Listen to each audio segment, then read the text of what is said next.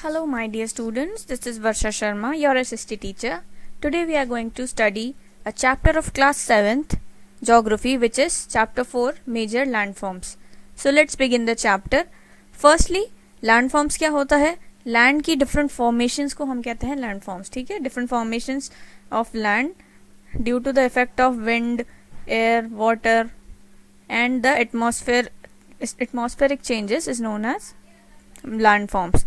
सो ये लैंडफॉर्म्स जो हैं वो फॉर्मेशंस कैसे बनती हैं, आइए जानते हैं.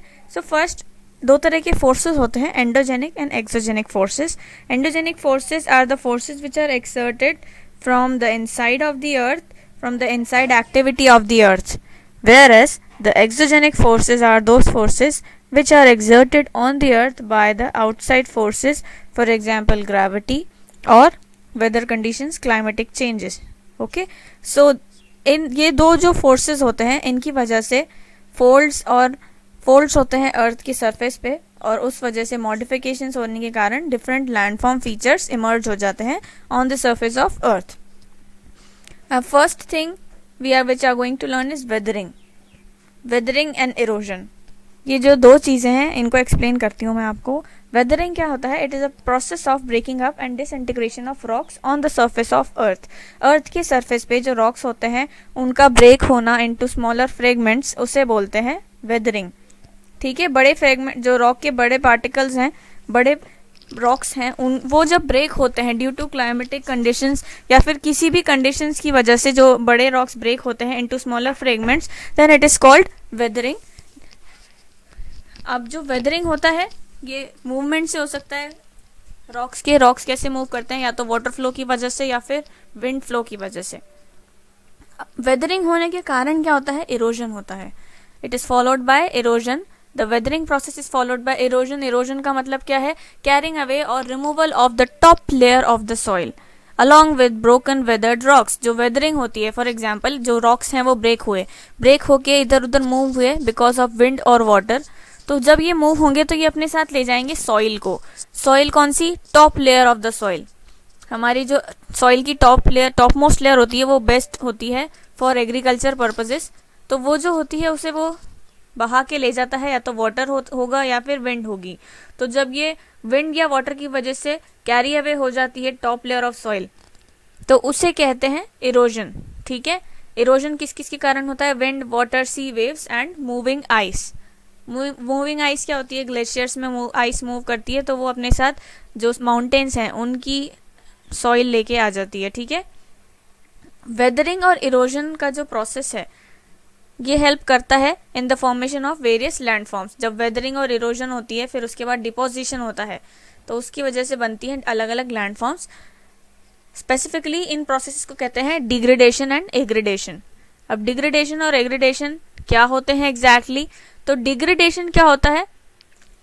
जब किसी सरफेस पे से वाटर फ्लो कर रहा है या फिर विंड बह रही है वहां पे, या ग्लेशियर्स हैं, तो इनके मूवमेंट की वजह से उस लैंडफॉर्म पे या जो उसका जो सरफेस टॉप मोस्ट लेयर होती है वो ब्रेक ऑफ होने लग जाती है and it starts moving with the water और the wind which is flowing through that land.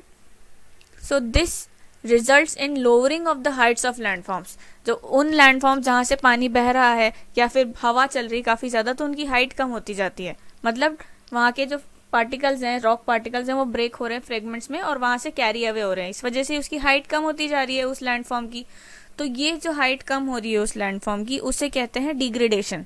ठीक है, अब वो जो चीज़ें बहा के लाए, वो अगर जैसे कोई रिवर है, वो रिवर अपने साथ काफ़ी सारी सॉइल या रॉक फ्रेगमेंट्स बहा के लाई, तो वो जब बहा के लाएगी तो एक टाइम ऐसा आएगा जब उस रिवर की स्पीड इतनी कम हो जाएगी कि वो उन पार्टिकल्स को कैरी नहीं कर पाती, तो वो पार्टिकल्स किसी निचले एरिया में डिपॉजिट हो जाते हैं. वो जो डिपोजिशन होता है लो लाइंग एरियाज में उसे कहते हैं एग्रेडेशन. आ गया समझ में? काफी इजी सी चीज है.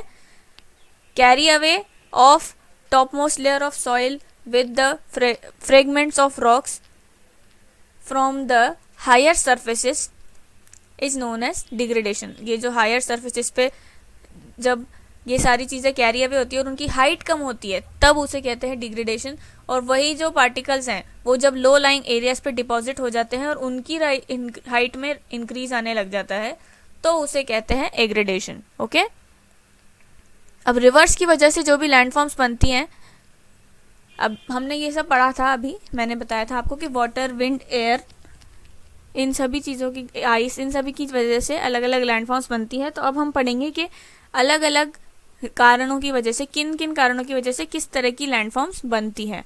सबसे पहली चीज़ है रिवर्स से क्या क्या लैंडफॉर्म्स बनती है। हमारी अर्थ पे वाटर कहाँ से आता है? रेनफॉल से। ऑलरेडी प्रेजेंट वाटर तो है, बट प्योर जो ड्रिंकेबल वाटर है, एडिबल वाटर है, वो हम रेनफॉल से अचीव करते हैं। तो रेनफॉल से हमें जो वाटर मिलता है और जो सरफेस पे रह जाता है उसे कहते हैं सरफेस वाटर। जो रेन वाटर ग्राउंड के अंदर सीप हो जाता है उसे कहते हैं ग्राउंड वाटर। सरफेस वाटर जो होता है वो सरफेस पे इकट्ठा हो जाता है in the form of lakes या फिर स्मॉल रिवर्स और स्ट्रीम्स की तरह फॉर्म में बहने लग जाता है। जब ये स्ट्रीम्स की फॉर्म में बहता है, जो सरफेस वाटर है, अगर स्टोर हो गया तो लेक या पॉन्ड कहलाएगा, पर ये स्ट्रीम्स की फॉर्म में बह रहा है तो उसे कहते हैं ट्रिब्यूटरीज। ठीक है, स्मॉल स्ट्रीम्स को कहते हैं ट्रिब्यूटरीज। जब ये काफ़ी सारी ट्रिब्यूटरीज एक साथ मिलती हैं तो वो कहलाती है एक रिवर। ठीक है, अब जब ये रिवर बन जाती है तो रिवर का जो ओरिजिन है, जहाँ पे सारी ट्रिब्यूटरीज मिल रही है, इनिशिएट हो रही है या फिर जहाँ से रिवर, उस जगह को कहते हैं सोर्स ऑफ रिवर। ठीक है, मेजरली जो सोर्स ऑफ रिवर होता है वो माउंटेन होता है। फॉर एग्जांपल गंगा रिवर का सोर्स क्या है? हिमालय माउंटेन्स। ठीक है, तो वहाँ से वो ग्लेशियर की फॉर्म में नीचे आती है, फिर आके रिवर बनती है। तो जहाँ से रिवर ओरिजिनेट होती है उसे कहते हैं सोर्स ऑफ रिवर। ठीक है, ये रहा, जहाँ से रिवर ओरिजिनेट हो रही है उसे कहते हैं source of river. Source of river. Then from, अब जब वहाँ से ओरिजिनेट हो गई, the place where river meets the sea, जब रिवर कहीं से ओरिजिनेट होगी तो सी या ओशन में आके मिलेगी। तो जब जहाँ पर, जिस जगह पर वो जो रिवर है वो सी या ओशन में आके मिलती है, उस जगह को कहते हैं mouth of the river.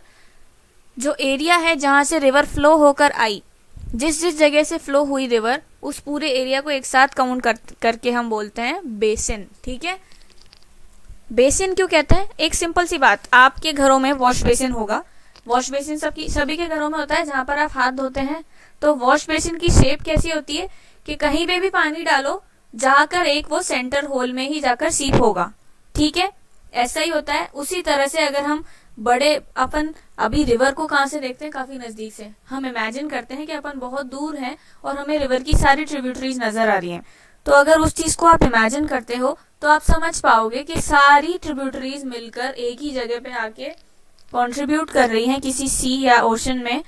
That's why, क्योंकि वो सारी एक साथ कहीं से भी आ रही हैं पर मिल एक ही जगह पे रही हैं, इसी वजह से उसे कहते हैं बेसिन। वो जो सारा एरिया उन्होंने कवर किया उसे कहते हैं बेसिन। ओके, अब river plays important role, it plays a major role in shaping the earth surface. Earth की सरफेस को शेप देने में, अलग अलग लैंडफॉर्म्स बनाने में रिवर का बहुत इंपॉर्टेंट रोल होता है। ये तीन तरह से अर्थ के फॉर्मेशंस में चेंजेस, अर्थ में डिफरेंट लैंडफॉर्म्स तीन तरह कारणों से होते हैं, जो कि रिवर की वजह से होता है, विच आर इरोजन। इरोजन में क्या होता है? रॉक्स या फिर top layer of soil flow हो जाती है along with the river. Second is transportation. Transportation का मतलब है जो इरोडेड मटेरियल उसने कलेक्ट करा रिवर ने, वो ट्रांसपोर्ट किया जाता है, मतलब वो रिवर के साथ फ्लो हो जाता है किसी दूसरी जगह पे। Then it is deposition. जो इरोडेड मटेरियल है वो कहीं ना कहीं पे तो डिपॉजिट होगा ही सही, जो वो प्लेस जहां पर ये डिपोजिशन होगा वो ऑब्वियसली रिवर के ओरिजिन से अलग होगा, काफी दूर होगा। तो इन तीन स्टेप्स की वजह से ही कोई ना कोई डिफरेंट लैंडफॉर्म्स बनती है। अब जब ये रिवर जो है, ये जहां जहां से फ्लो होती है, जो जिस तरह से ये फ्लो होती है अपने डायरेक्शन या फिर रिवर का जिस तरह का भी मूवमेंट है from the origin to its mouth, इसको कहा जाता है कोर्स ऑफ रिवर। ओरिजिन से माउथ तक जो फ्लो होती है उसको कहा जाता है कोर्स ऑफ रिवर। और जो कोर्स ऑफ रिवर है वो तीन स्टेजेस में डिवाइड किया गया है, upper course, middle course and lower course. ऐसा क्यों? अपर कोर्स में मतलब जब रिवर माउंटेन से फ्लो हो रही है तो काफी हाइट से वो नीचे की तरफ आ रही है, ग्रेविटेशनल पुल की वजह से काफी ज्यादा स्पीड होती है रिवर की उस टाइम पे। ऊपर से नीचे आप आते हैं कहीं भी चढ़ाई पे से ढलान की तरफ आप जब मूव करते हैं तो आपकी स्पीड ऑटोमेटिकली इंक्रीज हो जाती है। वैसे ही रिवर के केस में भी होता है, जब वो माउंटेन से फ्लो करती है तो उस समय पे उसकी स्पीड काफी ज्यादा फास्ट होती है। जब वो थोड़ा नीचे आती है तो स्पीड थोड़ी स्लो हो जाती है, क्योंकि फ्लैट सरफेस आने लग जाता है। फ्लैट सरफेस अभी आया नहीं है, आने लग जाता है, तो उसे कहते हैं मिडिल कोर्स। क्या कहते हैं?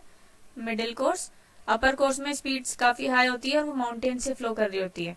मिडिल कोर्स में वो फ्लैट सरफेस के टुवर्ड्स आने लग जाती है। लास्ट आता है लोअर कोर्स। ये बिल्कुल फ्लैट सरफेस को डिनोट करता है, जहां पर ज्यादा मूवमेंट नहीं होता। जो रिवर है वो काफी स्लो मूव करती है, धीरे धीरे धीरे धीरे। ठीक है, तो अपर कोर्स को कहते हैं यूथ, मिडिल कोर्स को कहते हैं मिडिल एज, और लोअर कोर्स को कहते हैं ओल्ड एज। ठीक है, ये तीनों चीजें हैं। अपर कोर्स को कहते हैं youth, middle course is middle age and lower course is old age. ये जो 3 स्टेजेस होती हैं, इन तीनों स्टेजेस में जो लैंडफॉर्म्स बनती हैं वो काफी अलग अलग तरह की होती हैं। अब आइए देखते हैं इन तीनों स्टेजेस में किस तरह की लैंडफॉर्म्स बनती है। First is upper course. Upper course क्या होता है? The upper course of a river is near to its origin in the mountains. अब मैंने बताया अपर कोर्स जो माउंटेन्स है उस एरिया में जब रिवर फ्लो होती है तो उसको कहते हैं। स्लोप ऑफ लैंड होती है वो काफी स्टीप होती है, गहरी होती है, तिरछी होती है। ठीक है, and the river carries less water. River काफी कम पानी कैरी करती है। Thus it flows like narrow stream at a great speed. अब क्योंकि बहुत कम पानी कैरी कर रही है तो स्ट्रीम कैसी होगी? नैरो होगी, काफी संकड़ी स्ट्रीम होगी, और उसकी स्पीड कैसी होगी? बहुत ज्यादा स्पीड होने की वजह से इरोसिव पावर काफी तेज होती है, काफी हाई होती है। ठीक है, इरोसिव पावर मतलब अपने साथ डर्ट या फिर पेबल्स या फिर सॉइल को कैरी करने की जो पावर होती है वो काफी ज्यादा होती है।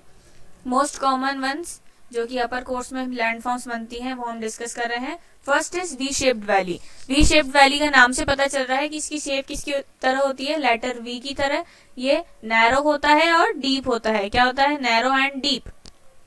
इसकी साइड्स होती है स्टीप। स्टीप मतलब गहरी, बिल्कुल सीधी। ठीक है, टेकिंग, और ऐसा होने की वजह से इसकी जो शेप बनती है वो वी शेप बनती है, लेटर वी की तरह। ठीक है, ये ऐसा इसलिए बनता है क्योंकि जो रिवर है वो रॉक्स की साइड पार्ट्स को इरोड करती हुई बहती है। Next is gorge. गॉर्ज क्या है? फर्स्ट हमने पढ़ा था नैरो एंड डीप होता है, गॉर्ज भी पढ़े तो हम। ये डीप और नैरो वैली होती है। ठीक है, डीप एंड नैरो वैली होती है जिसमें स्टीप रॉकी वॉल्स होती है, खड़ी चट्टाने होती हैं रॉक्स की। It is located between hills और माउंटेन्स। इमेजिन करो हिल्स और माउंटेन्स के बीच में ये हिल्स हैं, इसके बीच से जो रिवर फ्लो हो रही है, क्योंकि जो यहाँ पे स्टीप साइड्स हैं, देखिए काफी ऊंचाइयां हैं, और यहाँ बीच में से रिवर फ्लो हो रही है। ठीक है, it is located between hills और mountains. It is usually found when a river erodes hard rocks vertically. जो हार्ड रॉक्स हैं उनको वर्टिकल मोशन में जब इरोड करती रहती है रिवर, तो उस वजह से ये फॉर्मेशन बनती है। क्या बनती है? Gorge. Gorge is also called an I shaped valley. Gorge को आई शेप्ड वैली भी क्यों कहा जाता है? क्योंकि ये लेटर आई की तरह होते हैं। Next is canyon. कैनियन कैसा होता है? ये लार्ज होता है, वाइड होता है और स्टीप वॉल्ड होता है। इसका बॉटम फ्लैट होता है। It is a flat बॉटम्ड valley. ठीक है, यार्लंग ज़ांगबो ग्रैंड कैनियन, ये एक फेमस कैनियन है which is Yarlung Zangbo Grand Canyon on the river Yarlung Zangbo in Tibet. It is the Grand Canyon and the Grand Canyon on river Colorado in USA. ये examples हैं canyons के। Next is waterfall. Waterfall आप सभी ने देखा हुआ है कैसा होता है? waterfall बनता है when a cascade of water falls from a great height over a steep valley. ये देखिए V shaped valley कुछ इस तरह से होती है। ये gorge है, ये कैनियन है, और ये वाटरफॉल है। ठीक है, ये सारी चीजें हमने अभी पढ़ी। वाटरफॉल होती है जब काफी हाइट से जब वाटर फ्लो होता है, तो जब नीचे आके वो गिरता है किसी वैली में तो उसे कहा जाता है waterfall. That's it for this lecture students. बाकी का चैप्टर हम पढ़ेंगे नेक्स्ट लेक्चर में। सो get it prepared and study.